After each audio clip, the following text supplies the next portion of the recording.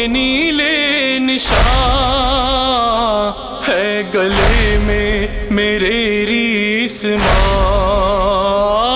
یہ تماچوں کے نیلے نشان ہے گلے میں میرے ریسمان۔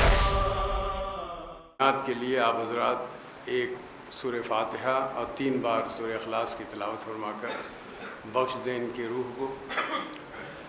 بسم اللہ الرحمن الرحیم، الحمدللہ رب العالمین، الرحمن الرحیم، مالک یوم الدین، ایاک نعبد و ایاک نستعین، اہدنا الصراط المستقیم صراط الذین انعمت علیہم غیر المغضوب علیہم ولا الضالین۔ بسم اللہ الرحمن الرحیم، قل هو اللہ احد اللہ الصمد لم یلد ولم یولد ولم یکن لہ کفوا احد۔ بسم اللہ الرحمن الرحیم، قل هو اللہ احد اللہ الصمد لم یلد ولم یولد ولم یکن لہ کفوا احد۔ بسم اللہ الرحمن الرحیم، قل هو اللہ احد اللہ الصمد لم یلد ولم یولد ولم یکن لہ کفوا احد۔ جزاک اللہ ربی، اللہم صلی علی محمد وآلہ محمد۔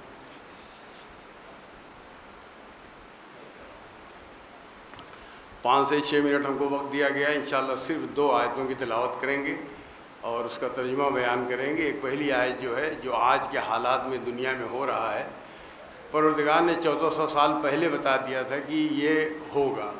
غور کریں گے اس آیت پر، ایک دم صاف واضح طریقے سے اللہ نے بیان کیا ہے۔ سورہ مائدہ کی 51 نمبر آیت ہے یہ، 6 پارے کی۔ اس میں پروردگار نے جو ہو رہا ہے، آپ غور کریں اس آیت، چھوٹی سی آیت ہے، ایک اس کا الفاظ کو غور کریں گے۔ ماشاءاللہ سبھی یہاں پہ ہائیلی کوالیفائڈ لوگ ہیں، پڑھے لکھے لوگ ہیں۔ اعوذ باللہ من الشیطان الرجیم، بسم اللہ الرحمن الرحیم،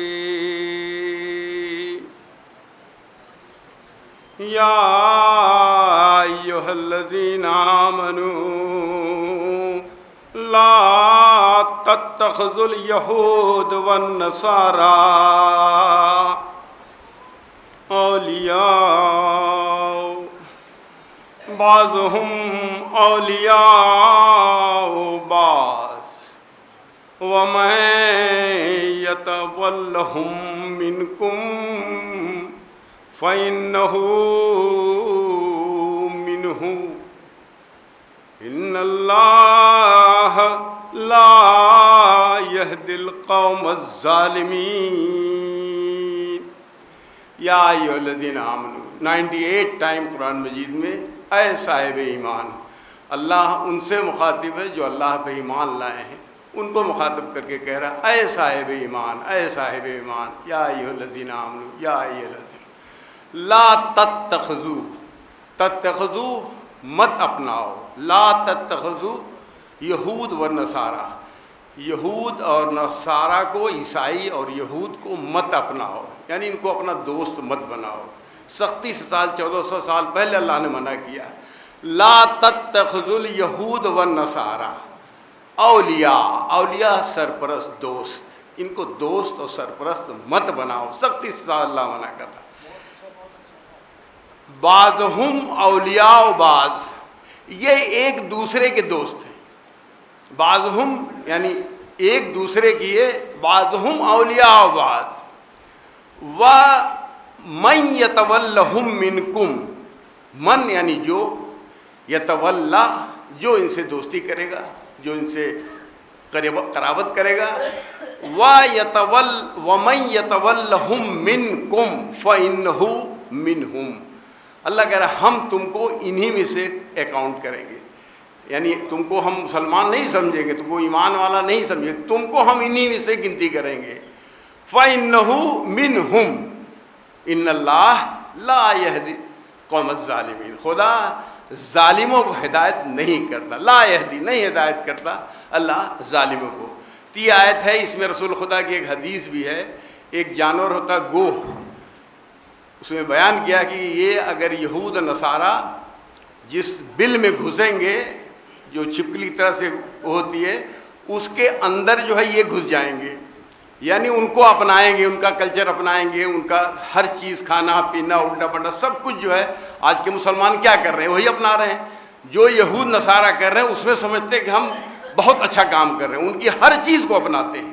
آج جتنے ملک ہیں دیکھیے 50-55 ملک، سب انہی کو فالو کرتے ہیں، جو کھانا کھاتے ہیں، جو پہنتے ہیں، جو سب کچھ ان کا کرتے ہیں۔ اللہ نے پہلے بتا دیا تھا کہ ہم تم کو انہی میں سے گنیں گے، تم کو مسلمان نہیں گنیں گے۔ آج سارے عرب ممالک دیکھیے سب یہود نصارہ کے تائید کر رہے ہیں۔ یہ ہے قرآن صامت جو ہم نے یہ آیت بیان کیا، یہ ہے قرآن صامت۔ صامت سائلنٹ قرآن، خاموش قرآن۔ ثقلین کے معنی ایک قرآن صامت ہے، ایک قرآن ناطق ہے۔ ہم اگر صرف قرآن صامت لیے، قرآن صامت کے معنی ٹیکسٹ، یہ کتاب کو صامت کہتے ہیں، یہ خاموش قرآن ہے، یہ بول نہیں سکتا۔ اور قرآن ناطق وہ بولنے والا قرآن ہے، وہ اہل بیت ہے۔ یہ دونوں ہے، ثقلین ہمارے لیے دونوں چیزیں ہیں۔ ایک دو بھاری چیزیں اگر کبھی گمراہ نہیں ہوگے۔ ایک چیز خالی ہم قرآن لے لیں گے، نہیں ہم ہدایت پائیں گے، ہم گمراہ رہیں گے۔ صرف ہم اہل بیت کو لے لیں گے، ہم قطعی نہیں معاف کیے جائیں گے۔ یہ دونوں ضروری ہے، لازم ہے دونوں، قرآن اور اہل بیت اور قرآن، یہ دونوں مظلوم ایک دوسرے کے ایک ہیں۔ ہم نے قرآن چھوڑا، ایک دم قرآن چھوڑا، خالی اہل بیت لیے گئے، ہم یقین ہے کہ ہم نہیں بخشے جائیں گے۔ ہم اگر صرف اہل بیت لیے ہیں یا صرف قرآن لیے ہیں، یہ دونوں ایک دوسرے کے ضروری ہیں، دونوں ایک ہی ہے، دونوں ایک ہی ہے۔ قرآن ناطق یعنی ہمارے اہل بیت علیہ السلام کا جو قدم ہے سب قرآن کا قدم ہے، ہر اسٹیپ ان کا قرآن کی آیت پڑھیے، ان کا قدم دیکھیے، ان کا عمل دیکھیے آپ، جو بھی آیتیں ہیں۔ اب ایک قرآن ناطق کے بارے میں ایک آیت میں چھوٹی سی پڑھ رہے ہیں، بس یہ قرآن صامت ہو گیا، اللہ نے جو کہا ہے اس پر عمل ہے۔ اہل بیت علیہ السلام کا ہم ان کے فالوور ہیں، ہم ان کا ماتم مناتے ہیں، ان کا غم مناتے ہیں، اور قرآن پہ بھی عمل کرتے ہیں، جو قرآن کہتا ہے اس پر عمل کرتے ہیں۔ اعوذ باللہ من الشیطان الرجیم، بسم اللہ الرحمن الرحیم، یا ایھا الرسول بلغ ما انزل الیک من ربک وَإِن لَمْ تَفْعَلْ فَمَا بَلَّغْتَ رِسَالَتَهُ وَاللَّهُ يَعْصِمُكَ مِنَ النَّاسِ إِنَّ اللَّهَ لَا يَهْدِي الْقَوْمَ الْكَافِرِينَ۔ یہ بھی سورہ مائدہ کی 67 نمبر آیت ہے۔ اے رسول بلغ، پہنچا دو، ما انزل الیک من ربک، ربک تمہارے رب نے، آپ کے رب نے، الیک آپ پر جو نازل کیا، اے رسول بلغ، پہنچا دو۔ یہ ہے من کنت مولاہ فہذہ علی مولا، یہی پہنچانا تھا، آخری حج تھا، یہی اللہ کہہ رہا ہے، اے رسول آپ پہنچا دو، ما انزل الیک من ربک، آپ کے رب نے آپ پر جو نازل کیا ہے اس کو آپ پہنچا دو۔ سب اشارے میں باتیں ہیں قرآن مجید میں، سب اشارہ، اس کی تفسیر اور تشریح ہمارے علماء نے کیا ہے، تمام ہر مفسر نے لکھا ہے کہ یہ آیت جو ہے مولا علی کے شان میں ہے۔ اے رسول پہنچا دو جو آپ کے رب نے آپ پر نازل کیا۔ یہاں ماں کے معنی جو ہے، ماں کے معنی 10 معنی ہم کو معلوم ہے، ایک ایک لفظ کے کئی معنی ہوتے ہیں۔ ماں معنی جو، ماں معنی ساتھ، ماں معنی نہیں، ماں معنی کیا۔ اب اسی میں دیکھیں 2 معنی ہیں، ما انزل الیک من ربک وَإِن لَمْ تَفْعَلْ، اور ان اگر لم یعنی نہیں، تفعل کیا آپ نے، اگر یہ آپ نے نہیں کیا، اللہ کے کلام میں غور کیے تبھی سمجھ میں آئے گا۔ وَإِن لَمْ تَفْعَلْ فَمَا بَلَّغْتَ رِسَالَةَ، یہاں کے ماں معنی نہیں ہے۔ بسم اللہ الرحمن الرحیم، وَإِذَا تُتْلَىٰ عَلَيْهِمْ آيَاتُنَا بَيِّنَاتٍ تعرف فی وجوہ الذین کفروا المنکر یکادون یسطون بالذین یتلون علیہم آیاتنا قل فأنبئکم بشر من ذالکم النار وعدها اللہ الذین کفروا وبئس المصیر۔ وَإِذَا تُتْلَىٰ عَلَيْهِمْ آیاتنا، جب ہماری واضح آیتوں کی تلاوت ہوتی ہے، اور اذا جب تلاوت کی جاتی ہے، علیہم ان کے سامنے، آیاتنا میری آیتوں کی، بینا صاف صاف، جب ہماری آیتوں کی کوئی تلاوت کرتا ہے صاف صاف، تعریفو پہچانو ان کے، تعریفو فی وجوہ الذین کفروا، جو منکر ہیں اللہ کے کلام کے، ان کے چہرے کو پروردگار کا حق پہچانو، ان کے چہرے کو، ان کے چہرے بگڑ جاتے ہیں، منکر، یکادون یسطون بالذین یتلون علیہم آیاتنا، یکادون ان قریب، یسطون جھپٹا مارنا، ان پر حملہ آور ہونا، ان قریب ان کے اوپر ان کو پکڑ کے قتل کرنے کے لیے اٹھ کھڑے ہوتے ہیں، یکادون یسطون بالذین یتلون علیہم آیاتنا۔ تاج کے بلائی صاحب کے 4 مصرے یاد آ گئے ہیں، وہ سن لیجیے۔ قرآن و کریم، قرآن حسین برابر ہیں شان میں، قرآن حسین برابر ہیں شان میں، دونوں کا رتبہ ایک ہے سارے جہان میں، ان دونوں کا آخر میں مضمون ایک ہے، قرآن حسین کا مضمون ایک ہے۔ محترم نظر صاحب کے اس کلام میں تلاوت کے بعد اس فہرست ہماری فہرست میں سوز خان محترم شفاعت شہبازی صاحب اور شاعر محترم فرمان کاظمی صاحب ہیں۔ میں آج کی مجلس کا آغاز کرتا ہوں، آغاز تو ہو چکا ہے۔ سوز خانے کے لیے میں محترم شفاعت شہبازی صاحب کو مدعو کر رہا ہوں تشریف لائیں اور سوز خانی سے مجلس کا آغاز کریں۔ اللہم صلی اللہ علیہ وسلم۔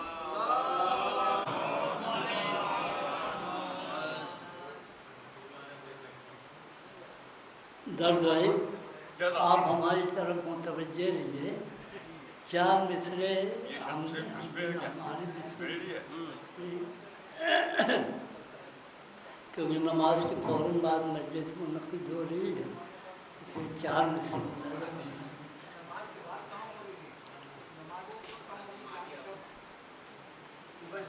پڑھیے، یہ مسجد ہے، پبلک ہے۔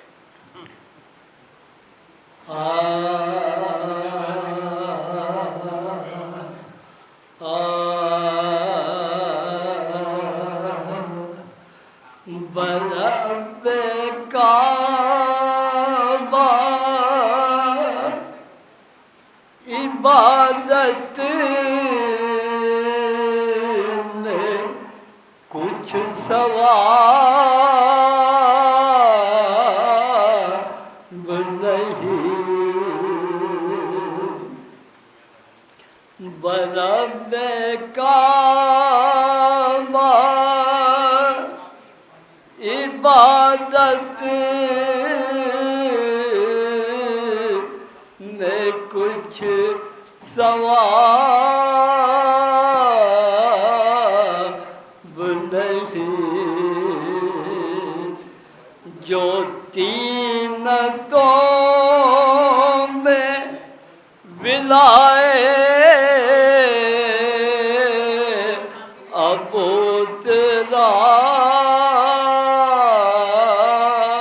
تراب نہیں، جو تینتوں میں ولائے ابو تراب نہیں، صحیح فرخ حیدر کا دیکھنا ہے نماز، صحیح فرخ حیدر کا دیکھنا ہے نماز، یہ وہ نماز ہے جس کا کوئی جواب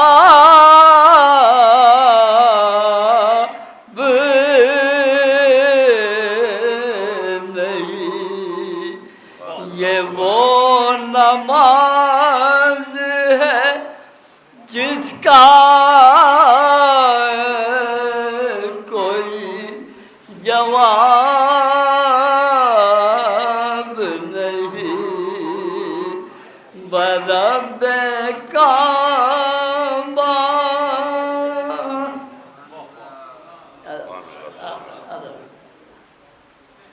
اب چونکہ اختصار مد نظر ہے، اس لیے ایک سوز اور اس کے بعد 2 بند مرثیے کے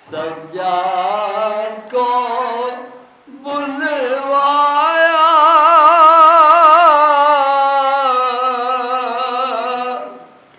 دوبارہ جو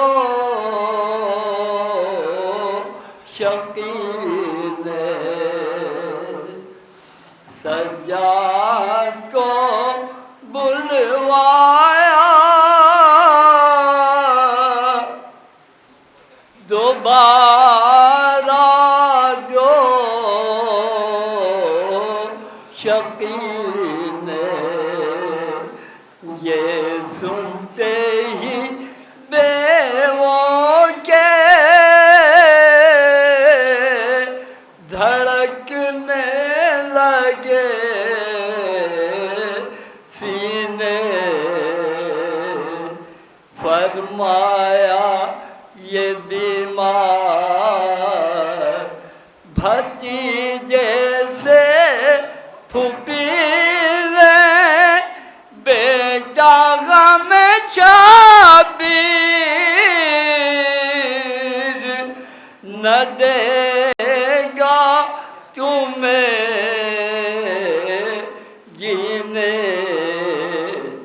کیا جانیے اب کیا ستم ایجاد کرے گا بلوا کے تمہیں کون سی بیداد کرے گا بلوا کے تمہیں کون سی بیداد کرے گا واری گئی یہ وصیت جناب زینب کی کہ واری گئی مکار کی باتوں میں نانا سن لو میں کہہ دیتی ہوں کچھ دے تو نہ کھانا خنجر جو رکھے حلق پا گردن نہ ہلانا بابا کی طرح صبر سے سر اپنا کٹانا ہاں لوٹ کا اسباب جو تم پائیو بیٹا پہلے سر چاہے شہداء لائیو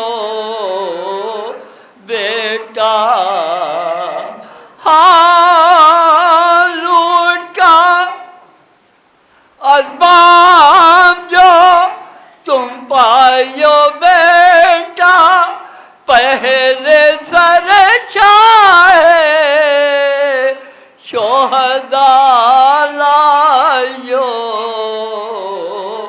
بیٹا سجاد کو بلوایا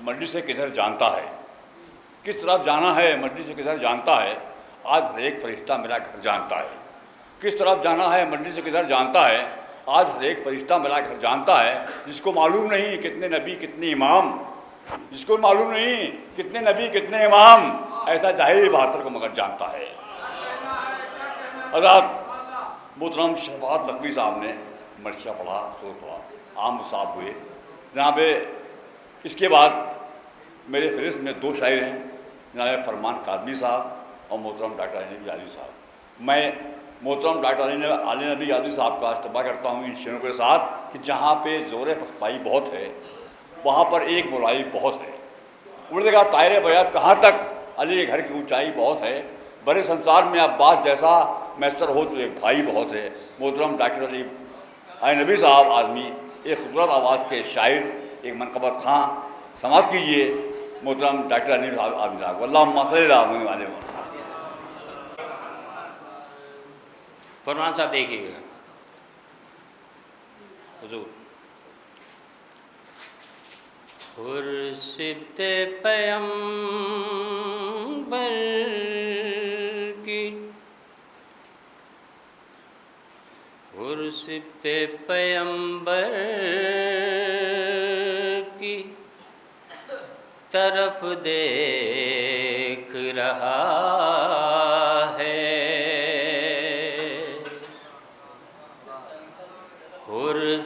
سبت پیمبر کی طرف دیکھ رہا ہے. پیاسا ہے سمندر کی طرف دیکھ رہا ہے.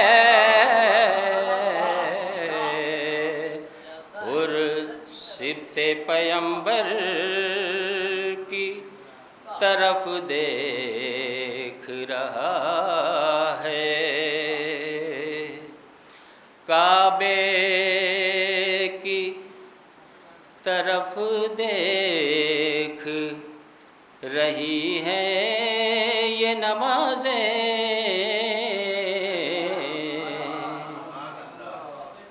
کعبے کی طرف دیکھ رہی ہیں یہ نمازیں.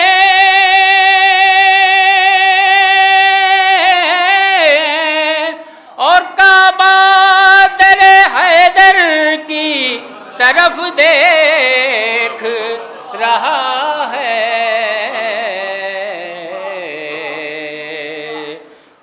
سبت پیمبر کی طرف دے. یہ حضور توجہ چاہوں گا اس پہ شعر پہ کہ نیزے کی بلندی سے کوئی جیتا ہوا سر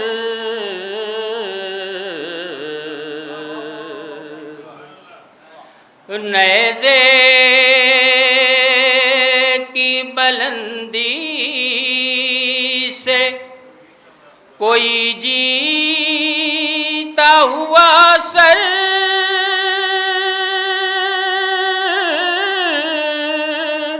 اور ہارے ہوئے خنجر کی طرف دیکھ رہا ہے. اور سبت پیمبر کی. اور آخری شعر پیش کر رہا ہوں کہ یہ تاج شہادت تو اٹھا لے میرے مولا.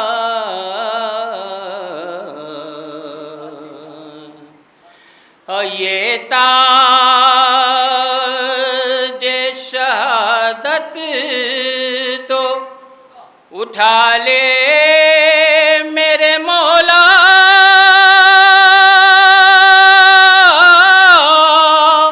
یہ کب سے تیرے سر کی طرف دیکھ رہا ہے.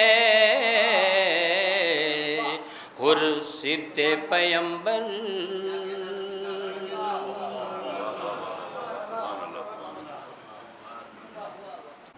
زندہ باد پائندہ باد. محترم ڈاکٹر علی نبی اعظمی صاحب، آپ نے کہا کعبے کی بلندی کی طرف کی نمازیں اور کعبہ ہیں یہ دکھ رہا ہے. محترم علی نبی اعظمی صاحب کی اس خوبصورت آواز کے بعد آئیے اپنے مہمان شاعر کو زحمت دیں. وہ مہمان شاعر ہیں جناب فرمان قادمی صاحب. یہ پچھلے سال ہمارے اسی مجلس میں آئے تھے. انہوں نے کہا تھا کہ دروازہ حسین پہ سجدہ کیے بغیر. خدا شعر سن لیجیے اگر مجلس میں آئے تو. اے شکیل صاحب شعر سنیے آپ. دروازہ حسین پہ سجدہ کیے بغیر. یہ پڑھ گئے تھے. دروازہ حسین پہ سجدہ کیے بغیر بنتا نہیں کوئی ولی سجدہ کیے بغیر. اور یہ کہ کاشف فضق کا ناغہ رڑتا ہی رہ گیا، جنت میں خود چلا گیا توبہ کیے بغیر. یہ شعر پڑھ گئے تھے عمر فرمان کاظمی صاحب، خوبصورت آواز کے مالک ہیں، پڑھتے ہیں خوب، کہتے ہیں۔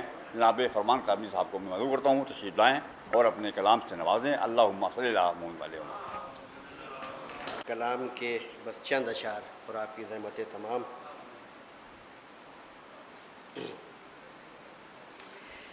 ایک باوز بلند نعرہ سلوات۔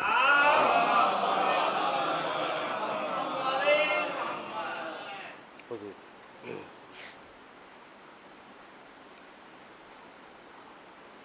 کچھ تو دیکھا ہے علی میں جو خدا مانے ہے، کچھ تو دیکھا ہے علی میں جو خدا مانے ہے، اور یہ نصیری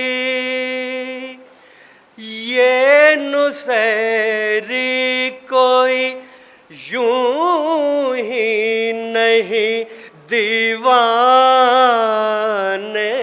ہیں، کچھ تو دیکھا ہے علی میں جو خدا مانے ہے، یہ نصیری کوئی یوں ہی نہیں دیوانے ہیں، کچھ تو دیکھا۔ شعر دیکھیں حضرات۔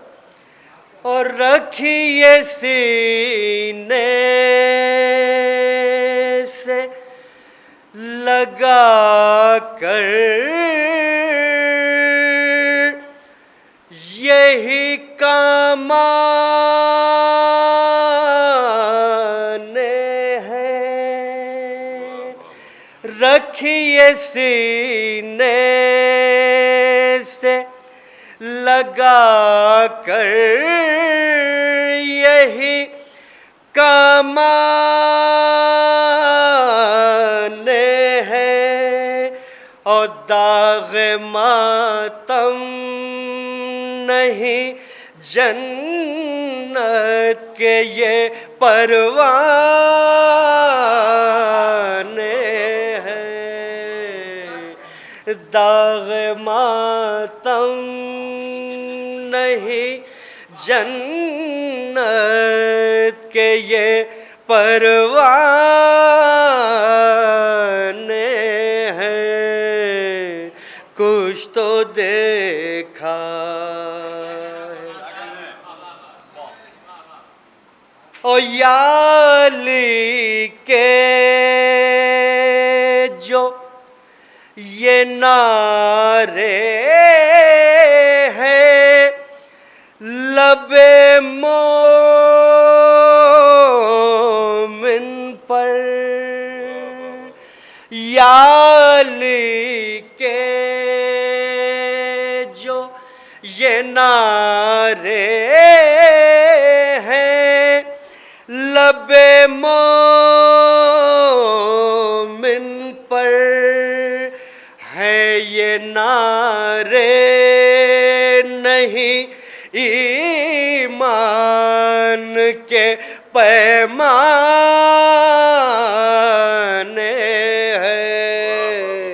ہیں، یہ نعرے نہیں ایمان کے پیمانے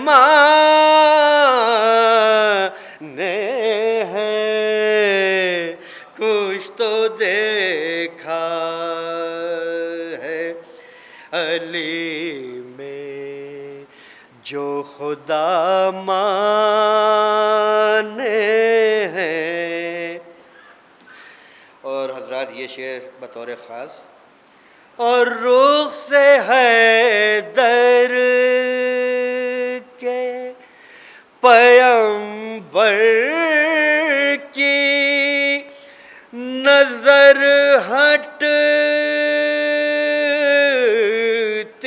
نہیں رخ سے حیدر کے پیغمبر کی نظر ہٹتی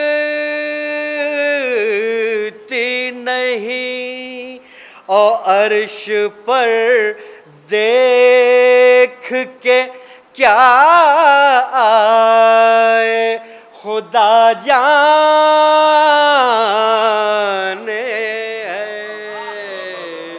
عرش پر دیکھ کے کیا آئے خدا جانے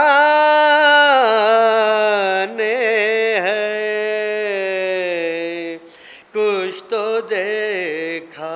اور آخری دو شعر حضرات بس. ہے علی میں جو خدا مانے ہیں. نبی صاحب نام سنتے ہی علی کا جو بل کھانے ہیں نام سنتے ہی علی کا جو بل کھاتے ہیں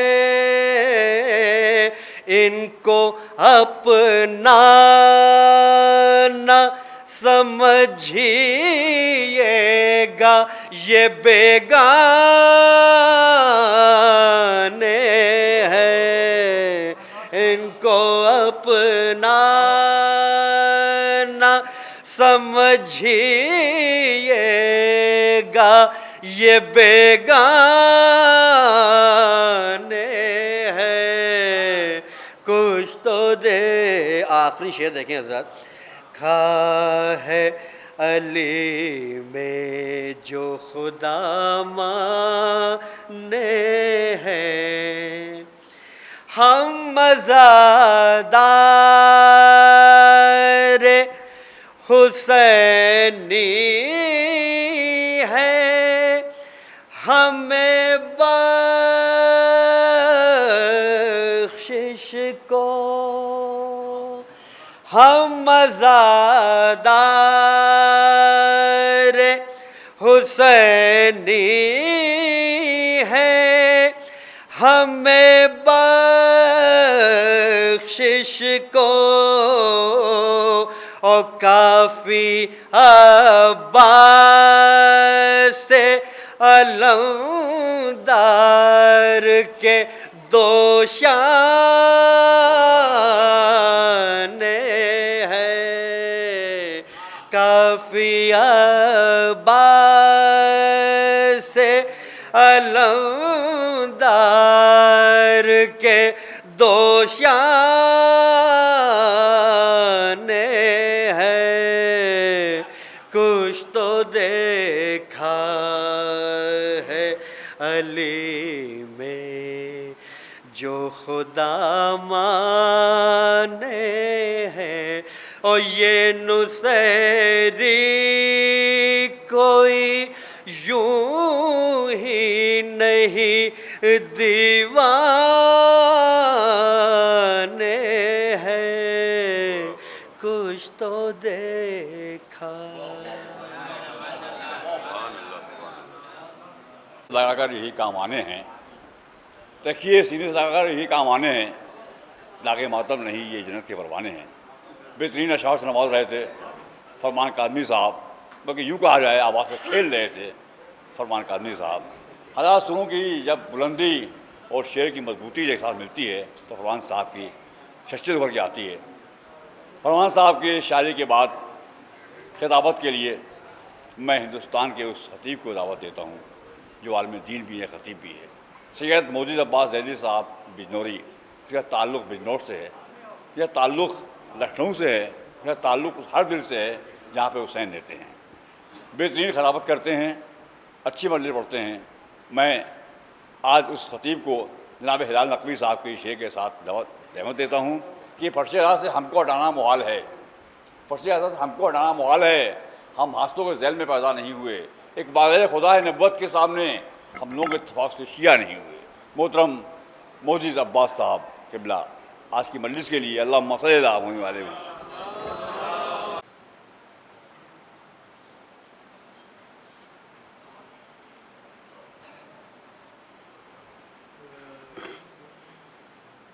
لا حول ولا قوة إلا بالله العلي العظيم۔ أعوذ بالله من الشيطان اللعين الرجيم۔ بسم الله الرحمن الرحيم۔ الحمد لله الذي هدانا وما كنا لنهتدي لولا أن هدانا الله۔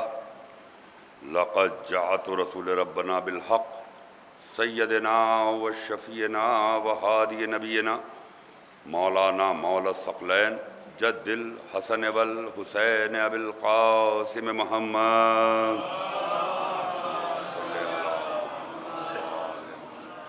وآلہ الطیبین الطاہرین المعصومین المظلومین المنتخبین المنتجبین ولعنۃ اللہ علی اعدائہم وغاصبی حقوقہم ومنکر فضائلہم ومصائبہم وولایتہم وقتلتہم وعطشہم اجمعین من یومنا ھذا الی قیام یوم الدین۔ اما بعد فقد قال اللہ سبحانہ تبارک فی کتابہ المبین هو اصدق الصادقین وقولہ الحق۔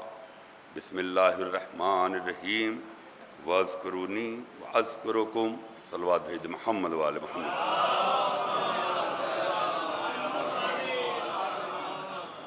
واجب الاحترام معزز سامعین، زیادہ طویل گفتگو نہیں ہے، کم سے کم وقت میں زیادہ سے زیادہ بات ہو جائے۔ آپ لوگوں کی توجہ 1447 ہجری کے لگاتار مجالس میں آپ لوگ سب شامل ہو رہے ہیں۔ شہزادی آپ کی اس آمد کو، اس عزا کو قبول فرمائیں، اور وقت کے امام کے حضور ہمارا یہ پرسہ ہے، مولا ہمارے اس پرسے کو قبول فرمائیں۔ اعلان پروردگار ہے کہ تم میرا ذکر کرو میں تمہارا ذکر کروں گا۔ تو یعنی ذکر کی بات ہو رہی ہے۔ یہ مجلس امام مظلوم کربلا ایک ایسا ذکر ہے کہ فرش عزا سے بھی ذکر ہوتا ہے اور منبر سے بھی ذکر ہوتا ہے۔ آپ جو صلوات بھیجتے ہیں یہ بھی ذکر ہے، اور منبر سے جو بات ہوتی ہے وہ بھی ذکر ہے۔ ایک صلوات بھیج دیں محمد والے محمد۔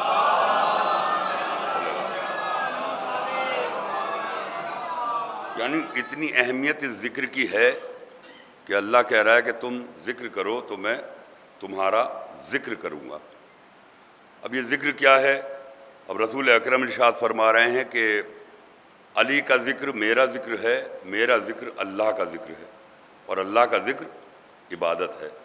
اب معاملہ یہ بنا کہ علی کا ذکر کیجئے تب اللہ کا ذکر ہے، رسول کا ذکر کیجئے تب اللہ کا ذکر ہے۔ تو یعنی یہ اہل بیت اطہار کو اللہ نے وہ امتیاز بخشا ہے، وہ مرتبہ بخشا ہے کہ ان کے ذکر کو اللہ اپنا ذکر بنا دے۔ ایک صلوات بھیج دے محمد وعلی محمد۔ کیونکہ یہ ذکر کی بات ہے، اور اس کے بعد چونکہ ذکر کرنے والا جاہل نہیں ہوتا۔ اگر ذکر کرنے والا جاہل ہوتا تو اللہ پھر قرآن میں یہ نہ کہتا کہ اگر تم نہیں جانتے ہو تو اہل ذکر سے پوچھو۔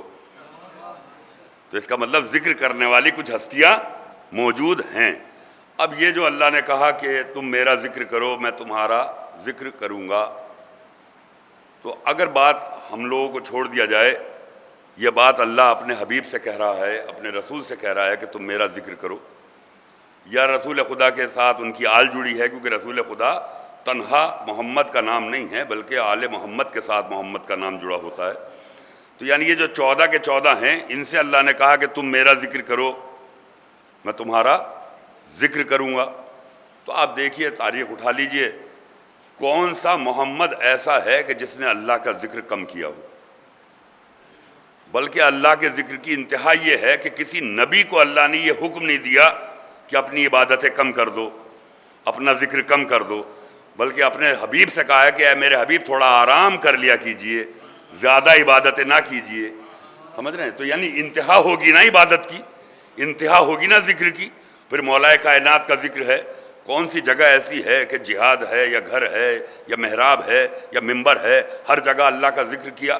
اس کے بعد امام حسن نے ذکر کیا، اس کے بعد امام حسین، انہوں نے تو ذکر کی انتہا کر دی کہ ایسے ذکر کرتے کرتے ممبروں سے خطبے دیتے دیتے نوک نیزہ سے بھی ذکر الہی جاری ہے. ایک صلوات بھیج دے محمد و آل محمد. نوک نیزہ سے بھی یہ ذکر ختم نہیں ہوا. اور اس کے بعد پھر چوتھے امام کا ذکر تو ایسا ہے کہ قید خانوں میں بھی سجدوں کے نشان ہیں.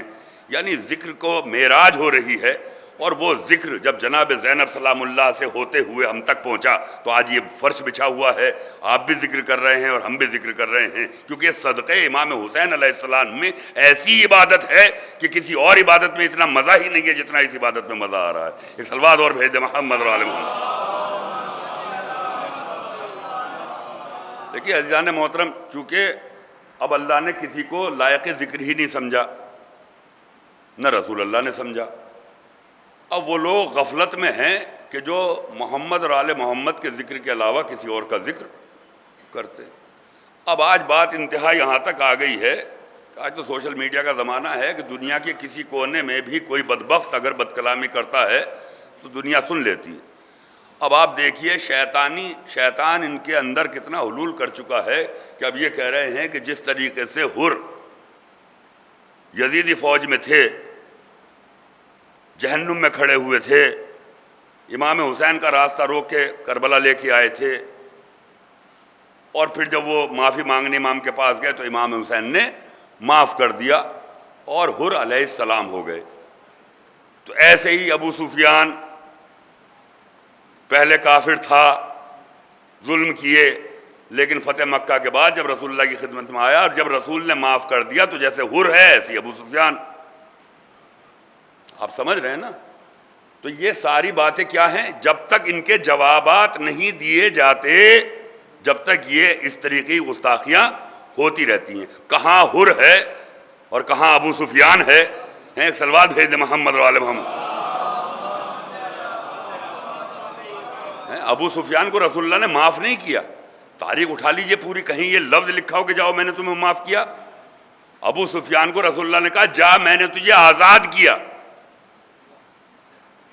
لفظ ہی نہیں ہے معافی کا کہیں. اور اس نے کلمہ پڑھنے میں تاخیر کی. کلمہ لا الہ الا اللہ بڑی مشکل سے پڑھا اور محمد رسول اللہ تو کہنے کے لیے اس نے صاف منع کر دیا کہ میں محمد رسول اللہ نہیں کہوں گا. لیکن بالکل جب جان کے امان کی بات آئی تو پھر اچھا ٹھیک ہے میں زبان کہہ کے اس نے یہ کلمہ پڑھا کہ میں زبان نہیں پڑھ لے رہا ہوں. تو کہاں حر کا معاملہ ہے اور کہاں ابو سفیان کا معاملہ ہے. تو یہ بنی امیہ کی جو محبت دلوں میں بسی ہوئی ہے، یہ آج جتنے بھی لوگ ہیں، دیکھیے معاف کیجئے گا ہم لوگ بہت جلدی امپریس ہو جاتے ہیں ہر کسی سے، اور ہر کسی کو اپنے ممبر پہ لا کے بٹھا دیتے ہیں. یہ حسین حسین کر رہا ہے، یہ علی علی کر رہا ہے تو بس ہم سے محبت ہو گئی. بالکل صاف سی بات ہے. دیکھیے رسول خدا کی حدیث ہے بالکل واضح طور پر، یہ میرے بیٹے حسن اور حسین جوانان جنت کے سردار ہیں، ان سے مومن اور منافق دونوں محبت کریں گے. کون؟ مومن بھی اور منافق بھی. اور علی سے صرف اور صرف مومن محبت کرے گا. تو حسین حسین کرنے والوں سے یا حسن حسن کرنے والوں سے تھوڑا ہوشیار پہلے آئیے کہ علی کو کہاں مانتے ہیں، علی کو کس درجے پہ مانتے ہیں، علی کی محبت کیا کہتی ہے. اگر وہ ایمان ہے تو پھر امام حسن کی محبت کام آئے گی، پھر امام حسین کی محبت کام آئے گی.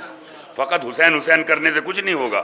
اور آج دیکھیے، اور چونکہ امام حسین اس لیے یزید کے خلاف نکلے کیونکہ یزید اپنے آپ کو جانشین رسول بتا کے بیٹھا ہوا تھا، اس لیے واجب تھا. اگر وہ کافر ہوتا تو جو چاہے سے کر، لیکن چونکہ اسلام خطرے میں آ رہا تھا اس کے عمل سے، اس لیے واجب ہے کہ اسلام کو ٹھیس نہ پہنچے. ایسے ہی آج بھی آپ لوگ سوچئے کہ ہم لوگ جو شیعت کا خاص ہمارا دین ہے، جو ہمارے عقیدت اہل بیت سے جڑی ہوئی ہے، اگر اسی عقیدت کو لے کر کوئی اور بھی باہر آ رہا ہے اور اس میں کفر کر رہا ہے تو شیعت کو بولنا واجب ہے امام حسین کی طرح کیونکہ اس سے شیعت پہ اثر پڑ رہا ہے. کیونکہ آج ایک تعزیہ دیکھا، آپ دیکھ رہے ہوں گے سوشل میڈیا پر، کہ اس میں جناب سیدہ کا ایک بت بنا دیا اور تعزیے کے اندر رکھا ہوا ہے اور اس کو اٹھائے چل رہے ہیں. تو اگر اس پہ آبجیکشن نہیں کیا گیا تو پھر ہم حسینی نہیں ہے. امام حسین کا کردار یہ ہے کہ یزید کو مارنا نہیں ہے بلکہ یزیدیت ختم کرنا ہے. ایک صلوات بھیج دے محمد علیہ محمد. تو یہ جو دنیا بھر کی خرافات ہو رہی ہیں، ان سے بچنا ہم لوگوں کو بہت ضروری ہے. ہم نے جس کو دیکھا کہ مولا تو فرما رہے ہیں کہ جاہل جلدی متاثر ہو جاتا ہے، تو ہم لوگ جاہل نہیں ہیں کہ ہر کسی سے ایک دم سے متاثر ہو گئے کہ حسین حسین کر رہے ہیں، کہ صاحب حسن حسن کر رہے ہیں، کہ علی علی کر رہے ہیں. یہاں آتے ہیں تو یہاں جیسی باتیں، وہاں جاتے ہیں تو وہاں جیسی باتیں. یوم معاویہ بھی منائیں گے اور یوم حسین بھی منائیں گے. تو ایسے منافقوں اور غداروں سے ہوشیار رہنے کی ضرورت ہے. اور یہ بات کہ صاحب آپ مجلسوں میں آنے والے حر کا راستہ نہ روکیے، بالکل استقبال ہے، لیکن کسی خاکی انسان کی اتنی حیثیت نہیں ہے کہ کسی کو شیعہ کر دے یا مومن کر دے، کیونکہ یہ اللہ نے وعدہ کیا ہے. ہم جس کو چاہتے ہیں ہدایت دیتے ہیں. یہ اللہ کا کام ہے یہ کام کرنے کا کہ کس کو ہدایت دیتی. یہ مولا کائنات ہے کہ جن کی نظر، جن کی ذوالفقار 70 نسلیں دیکھ کے چل رہی ہو. اگر کوئی ایک بھی مومن آنے والا ہے تو یہ ذوالفقار رک جاتی ہے. اور یہ بھی ایک میسج ہے، آپ نے واہ کیا کیونکہ یہ فضائل امیر المومنین کا ایک گوشہ ہے، لیکن ذرا دوسرا رخ بھی دیکھیے. مولا کائنات جب ذوالفقار چلتی ہے تو 70 نسلیں، ایک بھی مومن اگر آنے والا ہے تو ذوالفقار رک گئی، اس کی گردن نہیں کاٹی. تو میسج یہ ہے کہ ایک مومن کی وجہ سے 69 کافر برداشت کیے گئے. توجہ ہے کہ نہیں ہے؟ 69 کافروں کو برداشت کیا ایک مومن کی وجہ سے. یہ میسج ہے مولا کائنات کا. آج کون سا زمانہ ہے کہ مومن کو مومن برداشت نہیں ہو رہا، بھائی کو بھائی برداشت نہیں ہو رہا. تو کیسے علی والے ہیں اور کیسی عزاداری ہے. ایک صلوات بھیج دے محمد علیہ وسلم.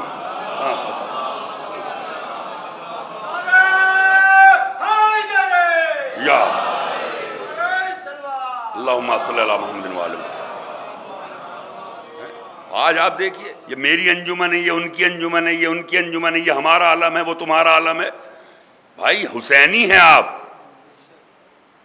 علم حضرت عباس کا ہی ہے، انجمن امام حسین کی ہی ہے. تو حسینی کو گلے میں لو، نہ کہ ہم تکبر میں آ جائیں. ہماری انجمن کے نوحے اچھے ہیں، تمہاری انجمن کے. یہ کون سا مزاج ہمارے یہاں آ گیا؟ وجہ اس کی یہ ہے اگر ہم اپنی غذا کو صحیح کر لیں تو یہ غذا کا سارا معاملہ ہے. نہ آپ کے ایمان پہ کوئی حرف ہے، نہ آپ کے دین پہ کوئی معاملہ آ رہا ہے، لیکن یہ جو گستاخیاں ہو رہی ہیں، جو شیطان حلول کر رہا ہے، یہ غذا کی وجہ سے ہے. اور جب غذا صحیح ہو جائے گی تو جہاں بھی پرچم نظر آئے گا سمجھ میں نہیں آئے گا ہم کس انجمن میں کھڑے ہو کے ماتم کر رہے ہیں. جہاں انجمن یا حسین کر رہی ہے وہاں ہم بھی یا حسین کر رہے ہیں. ایک صلوات بھیج دے محمد علیہ وسلم. تو یہ ذکر کی بات ہے عزیزان محترم. یہ اہل بیت کو اللہ نے امتیاز بخشا ہے اور انہی کا ذکر عبادت ہے. اب آپ ایسا عبادت ان کا ذکر ہے کہ آپ مسجد میں تشریف فرما ہے اور نماز پڑھنے کے لیے شرطیں ہیں، نماز پڑھنے کے لیے آپ آتے ہیں. سب سے امپورٹنٹ عبادت ہے، سب سے عظیم عبادت ہے نماز جس کو کہا جاتا ہے. اور نماز چونکہ فارسی لفظ ہے، نم اور آز سے مل کے بنا ہے. عربی میں صلاۃ کہا جاتا ہے. نماز جو لفظ ہے وہ فارسی ہے، نم اور آز، یعنی نم کے مطلب ٹھنڈا ہونا، آز کے مطلب دہکتے ہوئے شعلے. تو دہکتے ہوئے شعلے سوائے جہنم کے تو کہیں ہے نہیں. تو دہکتے ہوئے جہنم کے شعلوں کو جو نم کر دے، ٹھنڈا کر دے تمہارے لیے، اس کو نماز کہا جاتا ہے. اگر یہ دہکتے ہوئے شعلے ماتم حسین سے ٹھنڈے ہو رہے ہیں تو حسین کا ماتم نماز بن جاتا ہے. اگر یہ آنسوؤں سے ٹھنڈے ہو رہے ہیں تو یہ آنسو نماز بن جاتے ہیں. اگر اس ذکر سے ٹھنڈے ہو رہے ہیں تو یہ ذکر نماز بن جاتا ہے، عبادت بن جاتا ہے. ایک صلوات بھیج دے محمد علیہ وسلم. لیکن اب یہ اس نماز اس کا پروٹوکول ہے، اس کی خاص باتیں ہیں. بہت سارے لوگوں سے آپ نے سنا ہوگا کہ صاحب وہ نماز افضل کے مجلس افضل، امام حسین افضل کے نماز، یہ سب جاہلانہ گفتگو ہے. نماز کے وقت ہیں، نماز کے اوقات ہیں. اب مغرب 7:15-16 پہ ہو گئی ہے تو نماز کا وقت مغرب عین کا ختم ہو گیا. اب کوئی انسان 9 بجے آئے اور اس مجلس کے بیچ میں مصلی بچھا کے نماز پڑھنا شروع کرے، کہا کہ مجلس سے نماز افضل ہے، مجھے نماز پڑھنا ہے، تو کیا اس کی نماز قبول ہے؟ نہیں، کیونکہ یہ بھی عبادت ہو رہی ہے اور وہ بھی عبادت ہے۔ آپ نے اول وقت کیوں مسجد میں آ کے نماز نہیں پڑھی؟ یا کوئی بھی بینر، مومنین ہیں اتنے ماشاءاللہ سے سب کے یہاں عزاداری ہوتی ہے، کسی مومن کا آج تک میں نے کوئی ایسا بینر نہیں دیکھا جس میں لکھا ہو بوقت ظہرین ہمارے یہاں مجلس ہے یا بوقت مغربین ہمارے یہاں مجلس ہے۔ جب بھی بینر نظر آئے گا بعد مغربین لکھا ہوگا یا بعد ظہرین لکھا ہوگا۔ ایک صلوات بھیجے محمد والے محمد۔ اس کا مطلب یہ ہے کہ پہلے نماز ہے نا، نماز مغربین کے بعد مجلس ہے، نماز ظہرین کے بعد مجلس ہے۔ اب آپ اول وقت اگر آپ نماز نہیں پڑھ رہے ہیں تو یہ آپ کی غلطی ہے، مومنین کی غلطی نہیں ہے۔ یہ فالتو کے شیطانی سوال لے کے مجلسوں میں تشریف نہ لائیں۔ تو عزیزان محترم، یہ اہل بیت کا معاملہ ہے، کیونکہ اللہ نے قرآن مجید میں بہت ساری قسمیں کھائیں۔ سورج کی قسم ہے، چاند کی قسم ہے، زیتون کی قسم ہے، مٹی کی قسم ہے، ہر تاروں کی قسم ہے، اتنی قسمیں، گھوڑوں کے ہنہنانے کی قسم ہے، ان کے ٹاپوں سے نکلنے والی چنگاریوں کی قسم ہے، اتنی قسمیں اللہ نے کھائیں۔ تو یہ اتنی قسمیں جو ہیں یہ سب فنا ہو جائیں گی۔ چاند بھی فنا ہے، سورج بھی فنا ہے، ستارے بھی فنا ہے، درخت بھی فنا ہے، دنیا پوری فنا ہو جائے گی۔ لیکن جب اہل بیت کا معاملہ آیا تو اللہ نے یہ قسم نہیں کھائیں، بلکہ کہا وَعِزَّتِي وَجَلَالِي، میری عزت کی قسم ہے، میرے جلال کی قسم ہے۔ اب یہ نہ سمجھیے ہم سے کہ ذکر کب تک قائم رہے گا، جب تک اللہ کی عزت باقی ہے ذکر باقی رہے گا، جب تک اس کی جلالت باقی ہے ذکر باقی رہے گا۔ ایک صلوات بھیجے محمد والے محمد۔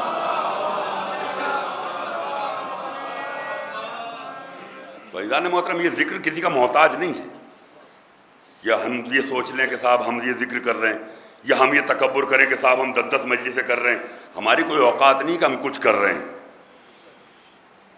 یہ تو دیکھیے ابھی آقا سیستانی صاحب نے بڑا اچھا ایک میسیج دیا ہے آپ لوگوں سب کے لیے کہ جیسی عزاداری آپ جہاں پہ جیسی عزاداری کر رہے ہیں اس میں کچھ چیزیں گھٹائیے بڑھائیے نہیں، بس جیسی کر رہے ہیں بس ویسے کرتے رہیے، یعنی جیسے آپ کے بزرگوں نے آپ کے سپرد کی ہے ویسے ہی کرتے رہیے۔ یہ سب دکھاوے کی باتیں نہ کریے گا، کیونکہ ہم اگر عزاداری میں انحراف ہو گیا تو پھر کہیں کے کہیں ہم پہنچ جائیں گے۔ اس لیے جیسی ہوتی آ رہی ہے یہ امانت کے طور پہ ہمارے بزرگوں نے ہمیں دی، اب ہماری ذمہ داری اس امانت میں خیانت نہ کرتے ہوئے ویسے اپنے بچوں تک پہنچا دیں اس کو، اور جب بچوں کو ایسے ہی منتقل کی جائے گی تب یہ عزاداری رہے گی۔ ورنہ تو آپ یہ نہ کہ ہم سمجھیے کہ ایران میں جیسی ہو رہی ہے ہم یہاں ہندوستان میں کر لیں، نہیں، وہاں کا کلچر الگ ہے، عراق کا کلچر الگ ہے، ہندوستان کا کلچر الگ ہے، یہاں پہ بھی مختلف علاقوں کا الگ الگ کلچر ہے۔ کسی پہ آپ کو ٹون کرنے کی ضرورت نہیں ہے، کسی پہ کمنٹ بازی کرنے کی ضرورت نہیں ہے، کیونکہ جہاں جو ہو رہا ہے اگر ان سے پوچھا جائے کہ تم کیا کر رہے ہو، کہا کہ عزاداری، تو اس کو عزاداری مانو، بھلے آپ کے یہاں ویسا ماحول نہیں ہے۔ آپ جیسے بچپن سے کرتے آ رہے ہیں آپ ویسے کریے، وہ جیسے کرتے آ رہے ہیں ان کو ویسے کرنے دیجئے، نہ وہ آپ کے لیے کچھ کہہ رہے ہیں نہ آپ ان کے لیے کچھ کہہ رہے ہیں، اس لیے کیونکہ عزاداری قائم رہنا ضروری ہے۔ جھگڑے فساد سے عزاداری برباد کرنے کی ضرورت نہیں ہے، بلکہ بات مان کے ختم کر دیا کیونکہ عزاداری باقی رہ جائے، کیونکہ بڑی محنت اور مشقت سے ذکر حسین جناب زینب نے کیا ہے، اور ایسی ایسی جگہ پہ کیا ہے کہ جہاں کوئی کر نہیں سکتا۔ آج کے زمانے میں اگر کسی کو قید سے رہائی مل جائے تو وہ قید سے باہر نکل کے فوراً اپنے گھر کی تلاش کرتا ہے کہ قید سے رہا ہونے کے بعد ہم گھر چلے جائیں، لیکن یہ علی کی بیٹی ہے کہ یزید کی قید سے اپنی شرطوں پہ رہا ہونے کی بات کرتی کہ ہم اپنی شرطوں پہ رہا ہوں گے۔ پہلے یزید ایک گھر خالی کرائے جس میں ہم فرش ماتم بچھائیں اور دل بھر کے اپنے حسین کو رو لیں، اس کے بعد بات ہوگی کہ آگے کیا ہونا ہے۔ تو یہ علی کی بیٹی کا جو حسرت ہے اس کو کرنے کے لیے ہم مجلس ماتم کر رہے ہیں۔ صلوات اور بھیج محمد والے۔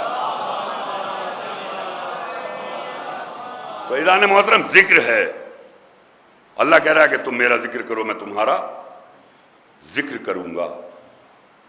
تو اہل بیت نے تو کر دیا اللہ کا ذکر، محمد نے بھی کیا، آل محمد نے بھی کیا، سب نے ایسا ذکر کیا کہ کوئی اس مقام تک پہنچ ہی نہیں سکتا جہاں اہل بیت نے اللہ کا ذکر کیا۔ اب اللہ پر واجب ہے کہ وہ اہل بیت کا ذکر کرے. ہوا نا واجب. اب لوگ سوچتے ہیں کہ صاحب یہ اللہ خود کیسے اپنے اوپر کوئی چیز واجب کر سکتا ہے؟ اللہ تو حکم دیتا ہے، وہ واجب ہو جاتا ہے. کبھی کبھی کوئی باتیں عہد و پیمانے میں خود پر انسان واجب کر لیتا ہے. مثال کے طور پہ مسجد ہے اور کوئی صاحب یہ منت مان لے کہ اگر میرا فلاں کام ہو جائے تو میں اس مسجد میں 2000 روپیہ بطور ہدیہ دوں گا، اور آپ کا وہ کام ہو جائے تو اب آپ پہ واجب ہوئے کہ نہیں ہوئے 2000؟ 1999 نہیں چلیں گے، 2000 ہی واجب ہوئے تو وہی آپ کو ادا کرنے ہوں گے، کیونکہ عہد کیا آپ نے اللہ سے. تو یہ کوئی شریعت میں نہیں ہے کہ آپ نے 2000 روپے واجب کہاں سے لکھے ہوئے، شریعت میں نہیں، کیونکہ یہ آپ کا عہد ہے کہ میں 2000 کا وعدہ کیا تو اب مجھ پر واجب ہے کہ 2000 ادا کروں. ایسے ہی اللہ نے وعدہ کیا کہ تم میرا ذکر کرو میں تمہارا ذکر کروں گا، تو جب انہوں نے ذکر کر دیا تو اللہ پہ واجب ہے کہ وہ اہل بیت کا ذکر کرے. اب یہ تو دنیا ہے، ماں باپ ہیں، ان کی اولاد ہیں، مثال کے طور پہ 4 بیٹے، اور باپ مقروض مر جائے. 4 بیٹے ہیں کسی کے اور باپ مقروض مر جائے. 3 بیٹوں نے تو وراثت بانٹ لی، باپ کا قرض ادا نہیں کیا. ایک بیٹا جس کو باپ سے بڑی محبت تھی، اس نے اپنے حصے کی جو جائیداد اس کو ملی اس کو بیچ کر اپنے باپ کا قرض ادا کر دیا اور خود کرائے کے مکان میں رہنا شروع کر دیا. اور 3 بیٹے وہ جائیداد سے، ان کو مکان بھی ان کے پاس اچھے ہیں اور کاروبار بھی اچھا ہے. دنیا کی نظر میں ان 3 کو لوگ کامیاب کہہ رہے ہیں کہ بھائی فلاں کی اولاد 3 تو بڑی کامیاب ہو گئی، ایک بیچارہ رہ گیا ایسے ہی. آپ بتائیے اللہ کی نظر میں کون کامیاب ہوا؟ جس نے باپ کے قرضے کو ادا کیا، بس وہی تو اولاد کامیاب ہوئی. باپ کی نظر میں بھی اللہ کی نظر میں بھی فرما برداروں میں شمار کیا. دنیا کچھ بھی کہتی رہے لیکن کامیاب وہی ہے جو اپنے باپ کے قرضے کو ادا کرے. ایسی اللہ کی پوری مخلوق، اتنے بندے ہر مذہب میں ہیں، لیکن لائق بندہ وہ ہے جو اللہ کے واجبات کو ادا کرے. اس لیے ہم مجلسیں کر کے ذکر اہل بیت کر کے اللہ کے واجبات کو ادا کر رہے ہیں. ایک صلوات بھیج دیں محمد والے محمد. یہ اللہ کا واجبات ہے، لائق بندگی کی مثال ہے کہ ہم ذکر اہل بیت کر رہے ہیں، کیونکہ یہ واجب قرار دے دیا گیا اللہ کی طرف سے. عزیزان محترم، ابھی تسبیح اٹھائیے، آپ نماز پڑھنے لگیے، کوئی عبادت نہیں ہوگی. روزہ کہہ کے روزہ نہیں ہوتا، قرآن کہہ کے قرآن نہیں ہوتا. لیکن یہ صفت ہے اہل بیت کے نام میں کہ اگر تسبیح اٹھا کے علی علی علی علی کریے تو عبادت ہو جائے گی، محمد کہیے تو عبادت ہو جائے گی، فاطمہ کہیے تو عبادت ہو جائے گی. کیونکہ ان کے نام اللہ نے ایسے عظیم اور پاکیزہ نام ہیں جو خاص اسم اعظم ہیں، اللہ کے نام ہیں.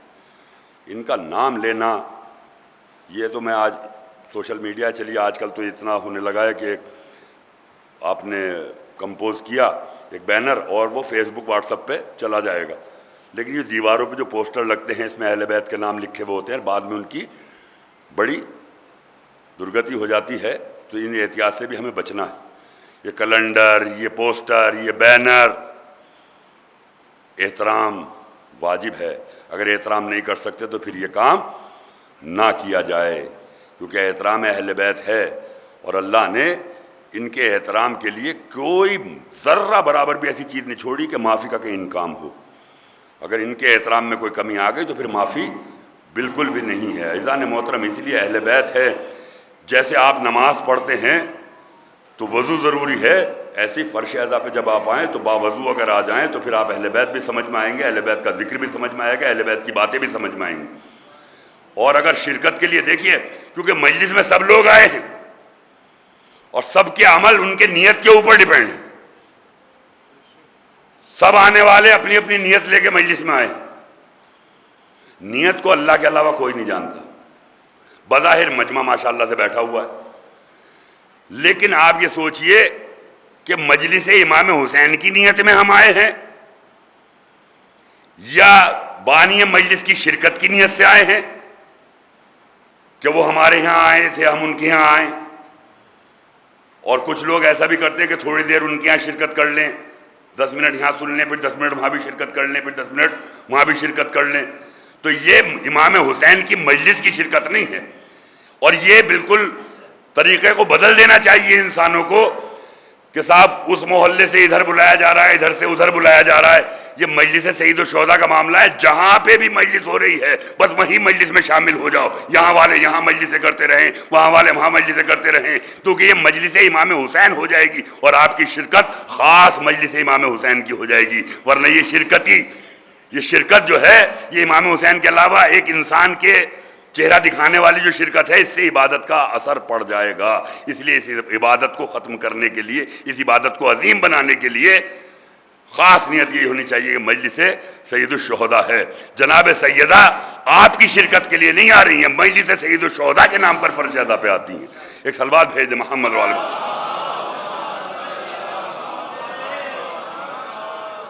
تو یہ اتنی بڑی بڑی ہستیاں اس فرش ادا پہ اگر آ جائیں،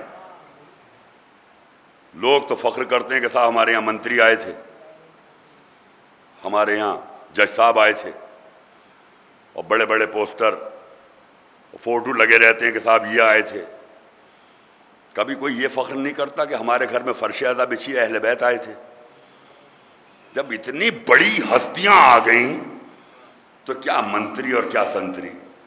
تو اس لیے اپنے ذہنوں کو اہل بیت کی طرف متوجہ کیجئے، اطاعت اہل بیت کی طرف متوجہ کیجئے. عزاداری کا درس بھی اہل بیت نے دیا، ذکر کرنے کا درس بھی اہل بیت نے دیا. اور مجلسوں کے لیے تو کیونکہ ذکر مولا کائنات عبادت بن گیا، اور رسول خدا نے کہہ دیا اپنی مجلسوں کو علی کے ذکر سے زینت دو. یعنی وہ مجلس ہی نہیں ہے جس میں علی کا ذکر نہ ہو. گھر میں بیٹھے ہو تو علی کا ذکر، 4 لوگ کھڑے ہیں تو علی کا ذکر، یعنی علی کا ذکر کرتے رہو، یہی عبادت ہو جائے گی. ایک صلوات بھیج دیں محمد اور آل محمد.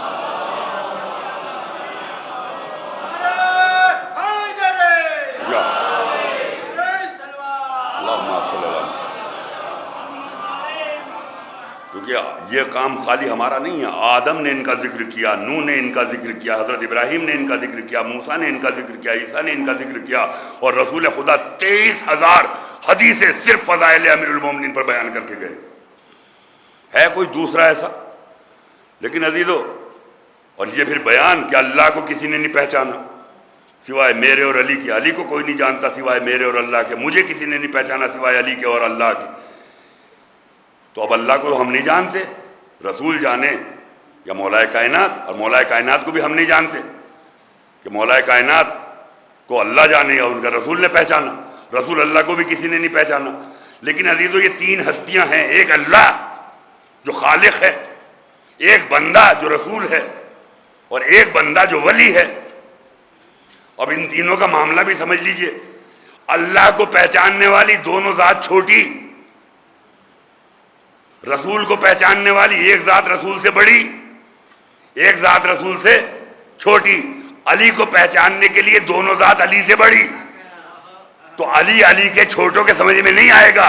علی کو سمجھنے کے لیے علی سے بڑی ذات ہونا چاہیے، چاہے وہ رسول خدا ہو یا اللہ ہو. ایک صلوات بھیج دے محمد اور آل محمد. یہ رزق آپ پا رہے ہیں علی کے اشارے سے، کیونکہ اللہ نے سارے کام ان کے سپرد کر دیے. پوری ولایت دے دی، پوری حکومت دے دی، اپنی مرضیاں دے دی، ساری عزتیں دے دی کہ یہ آپ کے حوالے. قسیم جنت والنار علی ابن ابی طالب یہ ہے. ان کا چہرہ دیکھنا عبادت، ان کا چہرہ وجہ اللہ ہے، ان کے ہاتھ ید اللہ ہے، ان کی زبان لسان اللہ ہے، ان کا نفس نفس اللہ ہے. تو یہ سب کچھ دے دیا اللہ نے. تو آپ سمجھیے تو صحیح، جن کو سب کچھ اللہ نے عطا کر دیا.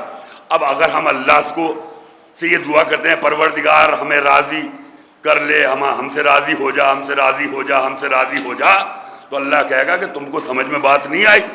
جب میں نے اپنی پوری مرضی علی کو دے دی تو رضی اللہ عنہ کہنے سے کچھ نہیں ہوگا، علی کو راضی کرو. ایک صلوات بھیج دے محمد علیہ وسلم.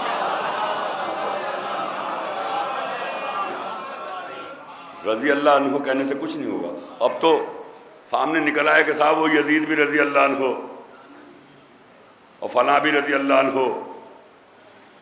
اور جو لوگ معاویہ کو گالیاں بکتے ہیں، اہل سنت حضرات ہیں، برا کہتے ہیں بنی امیہ کو بالکل سریعام، لیکن وہ بھی سنت معاویہ پر عمل کرتے ہیں،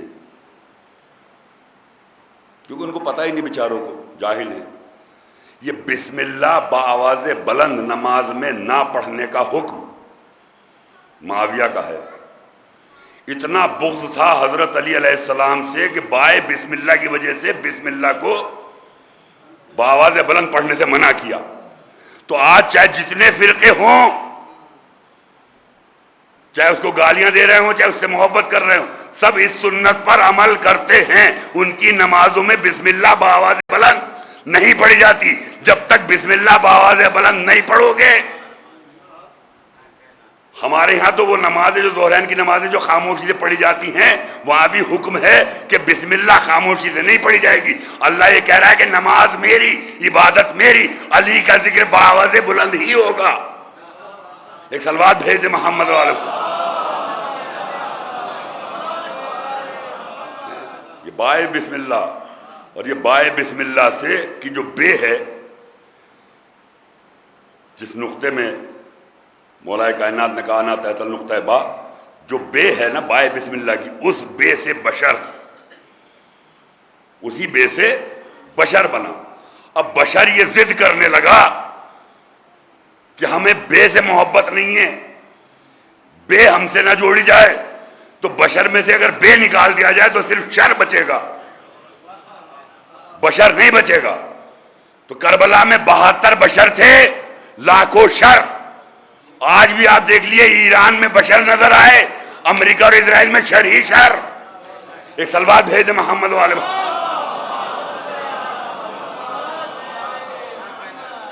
تو یہ تو اگر علی سے منسلک نہیں ہوں گے تو ذلت ہی ذلت ہے۔ عزت چاہیے تو در اہل بیت پر آنا ہوگا۔ یہ ذرے کو آفتاب بنا دیتے ہیں۔ یہ وہ ہیں کہ ان کے در پہ جتنا جھکتے جاؤ گے اللہ آپ کے مرتبے کو بلند کرتا چلا جائے گا۔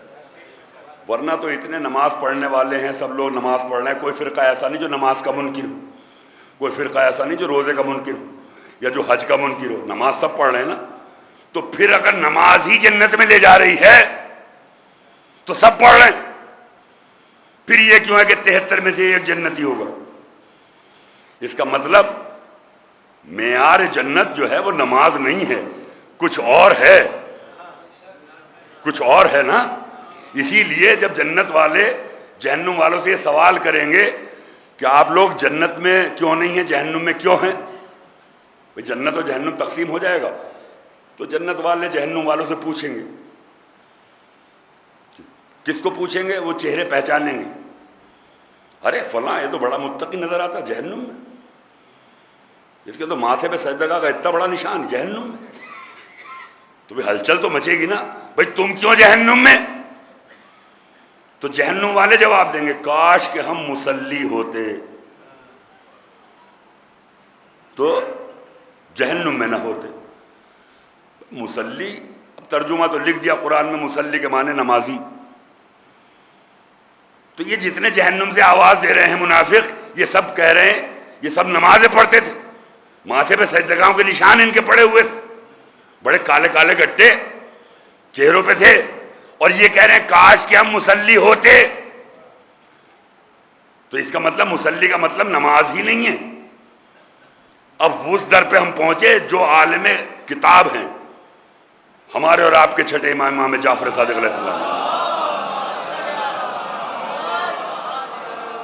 کہ مولا یہ جہنم والے جو جواب دے رہے ہیں کہ کاش کہ ہم مصلی ہوتے، تو یہ مصلی کی سے مراد یہاں کیا ہے؟ اب امام کا جواب سن لیجئے۔ امام فرماتے ہیں کہ جب عرب میں گھوڑوں کی دوڑ ہوتی ہے تو جو سب سے آگے گھوڑا ہوتا ہے وہ سابق کہلاتا ہے۔ کیا کہلاتا ہے؟ سابق۔ اور اس کے فوراً بعد جو دوسرا گھوڑا ہوتا ہے، یعنی فرسٹ رنر اپ جس کو آج کی زبان میں کہا جائے گا، مطلب آگے جو گھوڑا ہے سب سے، اس کے فوراً بعد اسے مصلی کہا جاتا ہے۔ اور اللہ نے ہم اہل بیت کو سابقون بنایا ہے، اور ہمارے فوراً بعد ہماری پیروی کرنے کو مصلین کہا گیا ہے۔ تو یہاں پہ مصلی سے مراد نمازی نہیں بلکہ اہل بیت کے پیروکار کو مصلین کہا گیا ہے۔ اس لیے وہ کہہ رہے ہیں کاش کہ ہم اہل بیت کے پیروکار ہوتے، کاش کہ ان کا دامن پکڑے ہوتے تو آج جہنم میں نہ جاتے۔ ایک صلوات بھیج دے محمد وعلی محمد۔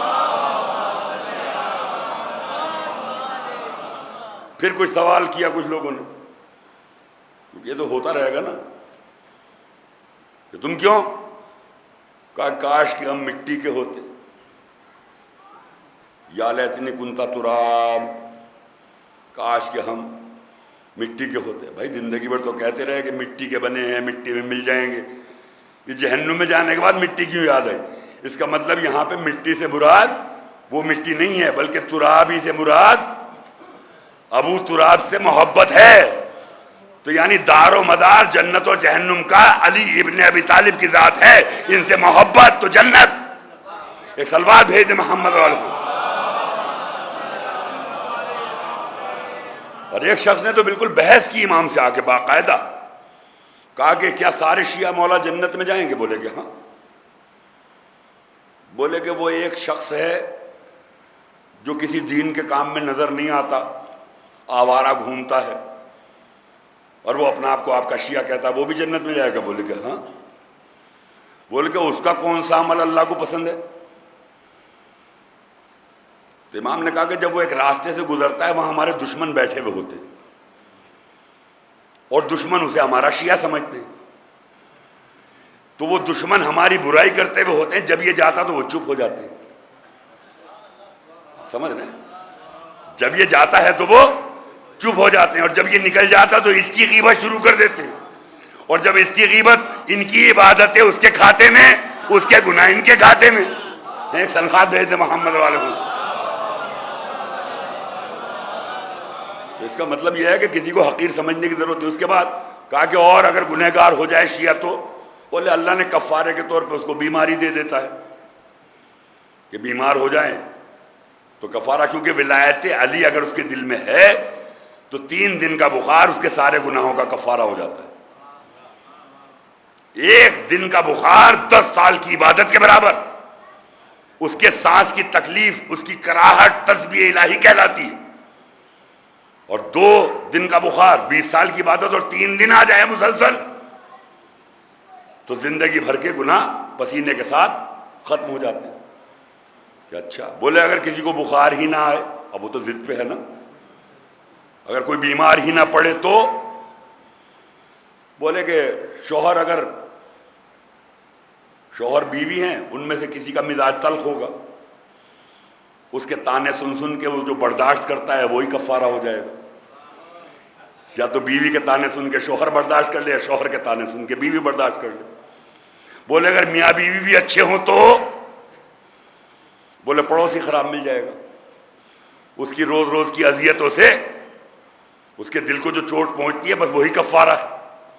کہ اگر پڑوسی بھی اچھا مل جائے تو امام نے کہا کہ تیری تو کا جواب یہ ہے کہ جنت صرف ہمارے شیعوں کے لیے بنی ہے، چاہے جیسے بھی دے اللہ ان کو عطا کرے گا۔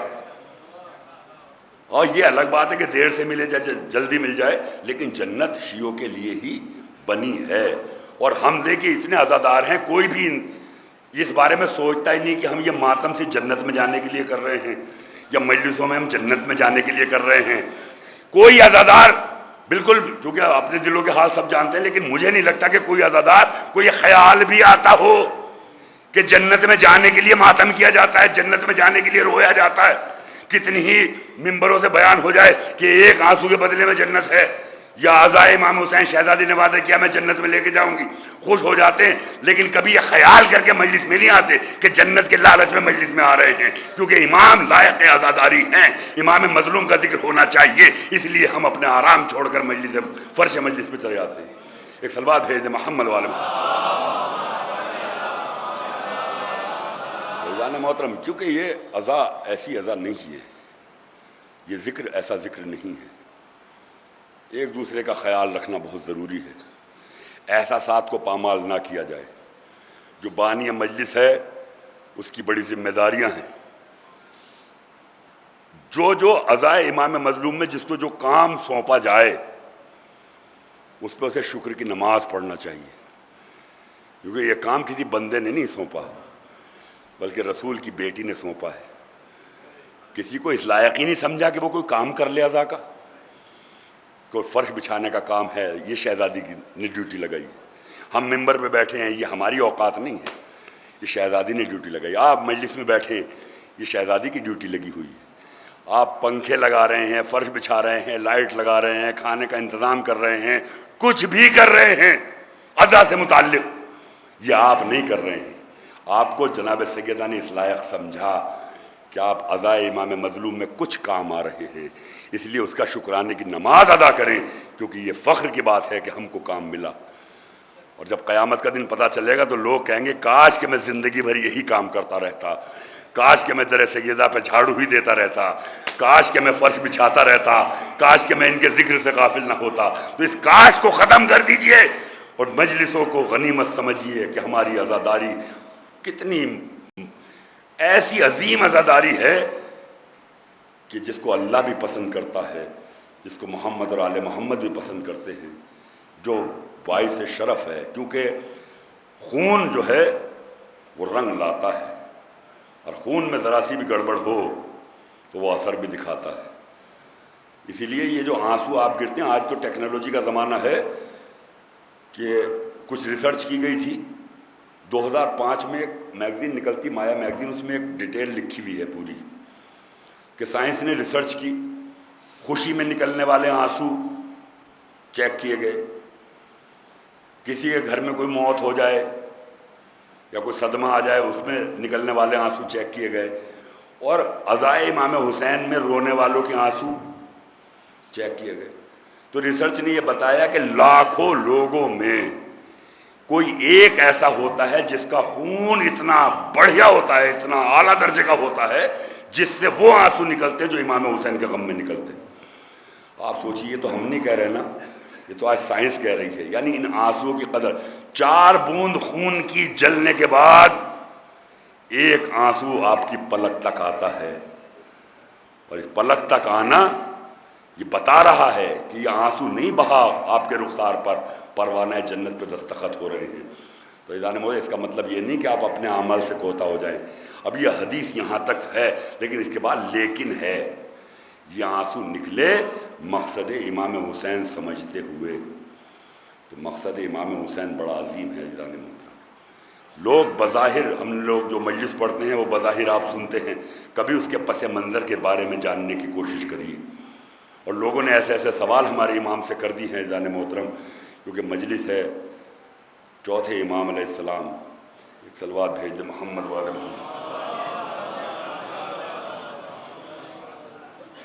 عزادار ہیں، ہم اپنے آپ کو عزادار کہہ لیں، کوئی بات نہیں، لیکن عزاداری کی جہاں تک بات ہے تو عزادار علی کی بیٹی جناب زینب اور چوتھے امام کے علاوہ مجھے کوئی نظر نہیں آتا. 10 دن محرم کے آپ خود اندازہ لگائیے، ہم بھی ہیں، آپ بھی ہیں، سب ہیں. کوئی کیا ایسا بندہ ہے آپ کی نظر میں کہ جو پہلی محرم سے 10 محرم تک جس کے لبوں پہ مسکراہٹ نہ آئی ہو؟ کوئی نہیں ملے گا. اور جہاں یہ تنبیہ کی جاتی ہے روز عاشور کہ کوئی بات ایسی نہ کہیں کہ جس سے لبوں پہ مسکراہٹ جائے، وہاں بھی صبح سے شام تک 8-10 گھنٹوں میں کوئی بات ایسی ہو جاتی ہے کہ روز عاشور بھی ہم ایسا کام کر بیٹھتے، پھر بھی ہم عزادار ہیں. وہ عزادار ہیں زین العابدین علیہ السلام کے بعد کربلا، جن کی پہلی مسکراہٹ 6.5 سال کے بعد آئی. وہ بھی جب ابن زیاد کا سر ان کے سامنے آیا، جب خولی کا سر سامنے آیا، جب شمر کا سر سامنے آیا. یہ ہے عزاداری. ٹھیک ہے ہم بھی عزادار ہیں، لیکن وہ عزادار امام 35 سال تک صرف روتے رہے. اب ان سے ایک شخص سوال کرتا ہے. 2 سوال ہیں اور کربلا کے 2 منظر ہیں آپ کے سامنے اس مجلس میں پیش کر رہا ہوں. حضرت علی اصغر کو جب امام کربلا میں لائے، اور یہ جملے امام کے ہیں کہ تمہارے نزدیک میں گنہگار ہو سکتا ہوں، لیکن میرے 6 مہینے کے بچے نے کیا خطا کی ہے؟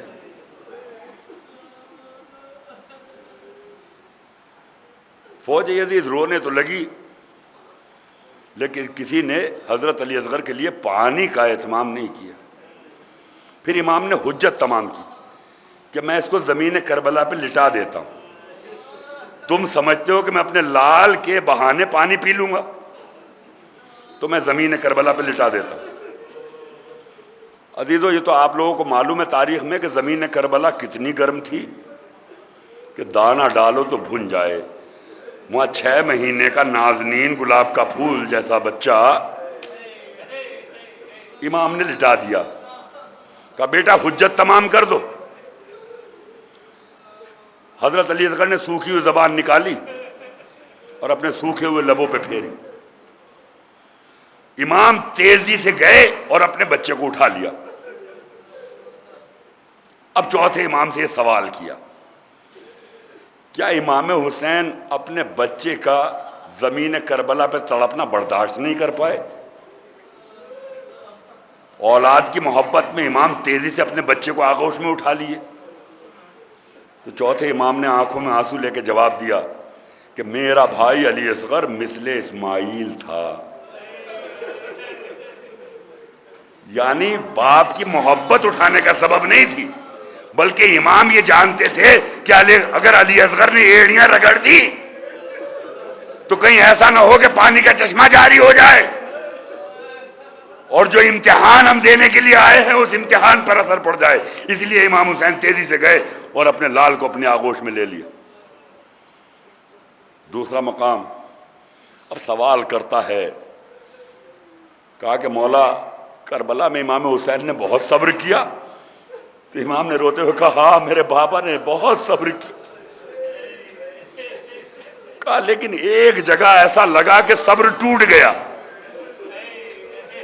آنسو بھرے چہرے کو امام نے اٹھایا کہ تجھے ایسا کب لگا؟ کہا کہ جب ہر شہید کو رخصت کیا تو کسی کے پیچھے پیچھے نہیں چلے، لیکن جب کڑیل جوان کو رخصت کیا تو امام پیچھے پیچھے چلے، مثل طفل چلے، یعنی اولاد کی محبت میں امام کا صبر ٹوٹ گیا۔ قسم خدا کی میں تو سلام کرتا ہوں اس کو جس نے سوال کیا۔ بظاہر ہم بھی یہی سمجھتے رہے، لیکن امام نے جو جواب دیا، امام کی آنکھوں میں آنسو آئے اور امام نے کہا اے شخص تو مسلمان ہے؟ کہا ہاں مولا مسلمان ہوں۔ کہ کیا تو نے کبھی حج کیا ہے؟ کہا کہ ہاں مولا میں نے حج کیا ہے۔ بولے حاجی مینا میں حج کے بعد جب قربانی کا جانور ذبح کرنے لے کے جاتا ہے تو اس کے چلنے کا انداز کیا ہوتا ہے؟ کہا آگے آگے قربانی کے جانور، پیچھے پیچھے قربانی دینے والا۔ کہا کہ یہاں باپ بیٹے کے پیچھے نہیں چلا، بلکہ علی اکبر قربانی ہے، حسین قربانی دینے کے لیے پیچھے پیچھے چل رہے ہیں، اور یہ کہتے جاتے ہیں پروردگار گواہ رہنا جو سیرت میں، صورت میں، رفتار میں، گفتار میں تیرے رسول کی شبیہ ہے، میری اس قربانی کو قبول کر لے۔ جزاکم ربکم الخیر الجزا۔ خدا آپ کو کسی غم میں نہ رلائے سوائے غم امام مظلوم کربلا۔ عزیزو، حضرت علی اکبر باپ اور بیٹے کی محبت ہے، اسی لیے تو جب آواز آخر آئی حضرت علی اکبر کی، بابا میرا آخری سلام، تو امام حسین نے خاک اٹھا کے زمین کربلا پہ پھینکا۔ کہا کہ اے علی اکبر تمہارے جانے کے بعد زندگی خاک ہے، اے تیرو آؤ، اے تلوارو آؤ، حسین کو قتل کر دو۔ جب علی اکبر جیسا بیٹا نہ رہا تو زندگی کیا ہے؟ اس کے بعد یہ اولاد کی محبت ہے کہ آنکھوں سے روشنی چلی گئی، اینا اینا علی اکبر کہاں ہو، آواز دیتے رہو۔ کیسے پہنچے حضرت علی اکبر کے لاشے تک اللہ جانے، لیکن جب پہنچے کہا کہ بیٹا اپنی دونوں ہاتھ میری گردن میں ڈالو، کچھ تم سہارا لگاؤ، کچھ تمہارا ضعیف باپ سہارا دیتا ہے، میں چاہتا ہوں کہ تم کو زندگی میں خیمے تک لے کے چلا جاؤں۔ لیکن ایک ہاتھ حضرت علی اکبر نے اٹھایا، کہا کہ بیٹا سینے میں کیا ہے؟ بابا سینے میں بڑی تکلیف ہے، برچھی کا پھل ٹوٹ گیا ہے، کلیجے میں پھنس گیا۔ اب آپ سوچئے کہ امام ہیں، آستین کو پلٹا، دو زانو ہو کے بیٹھے، برچھی کے پھل کو ہلایا تو علی اکبر تڑپ گئے، اور اس کے بعد ایک آواز دی، نانا رسول اللہ دادا ابراہیم کو لے کے آ جائیں کربلا. یہ میرا علی اکبر، میرا اسماعیل ہے. نہ اس کی آنکھوں پہ پٹی بندھی ہے، نہ میری آنکھوں پہ پٹی بندھی ہے. بیٹے کے غم میں بال سفید ہو گئے. یہ باپ کی محبت ہے، لیکن میری پیشانی پہ کوئی شکن نہیں ہے. اے دادا ابراہیم دیکھو، کڑیل جوان کے کلیجے سے برچی کا پھل نکالتا ہوں، اور 2 انگلیاں حضرت علی اکبر کے کلیجے میں امام نے رکھی، اور یا علی کہہ کے جو کھینچی تو برچی نہیں نکلی بلکہ کلیجہ پورا باہر آ گیا.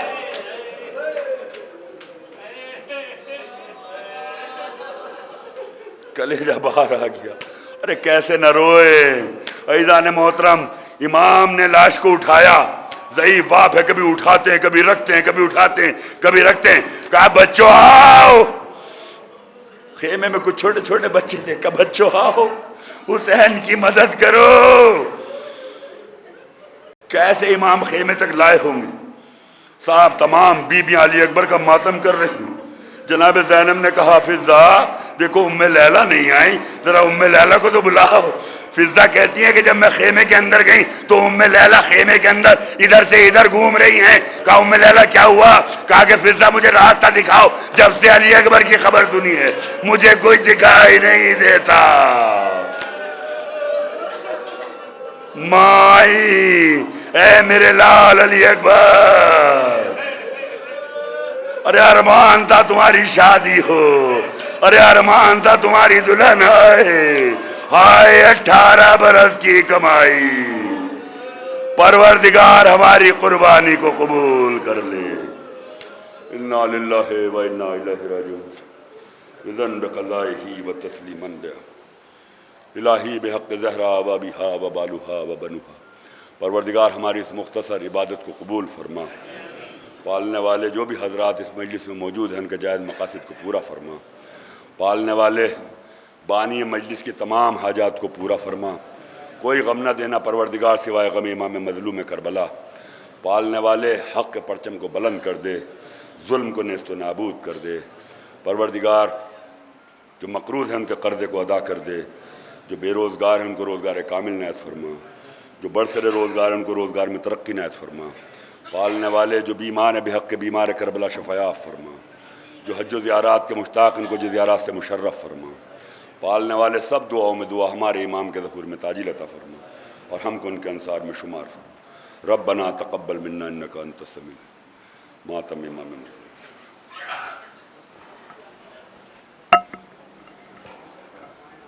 میری زینب زینب میری زینب، سر سرور سے یہ آئی صدا زینب میری زینب میری زینب. تمہارا بھائی غیرت دار عباس سے دلاور ہے. تمہارا بھائی غیرت دار عباس سے دلاور ہے. اسی مظلوم کی گھوڑوں کی گردن میں بندھا سر ہے. اسی صابر کا تم کو واسطہ زینب میری زینب زینب میری زینب. سر سرور سے یہ آئی صدا زینب میری زینب زینب میری زینب. علی جیسے بہادر باپ کی بیٹی نہیں روتی. علی جیسے بہادر باپ کی بیٹی نہیں روتی. مصائب ہنس کے سہ لیتی اور ہمت نہیں کرتی. تمہیں کہتی ہے دنیا صابرہ زینب میری زینب زینب میری زینب. سر سرور سے یہ آئی صدا زینب میری زینب زینب میری زینب.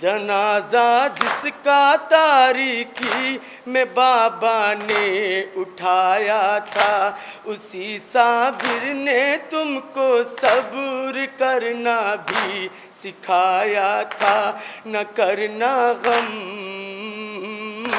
سے گھبرا کر گلا زینب میری زینب میری زینب، سر سرور سے یہ آئی صدا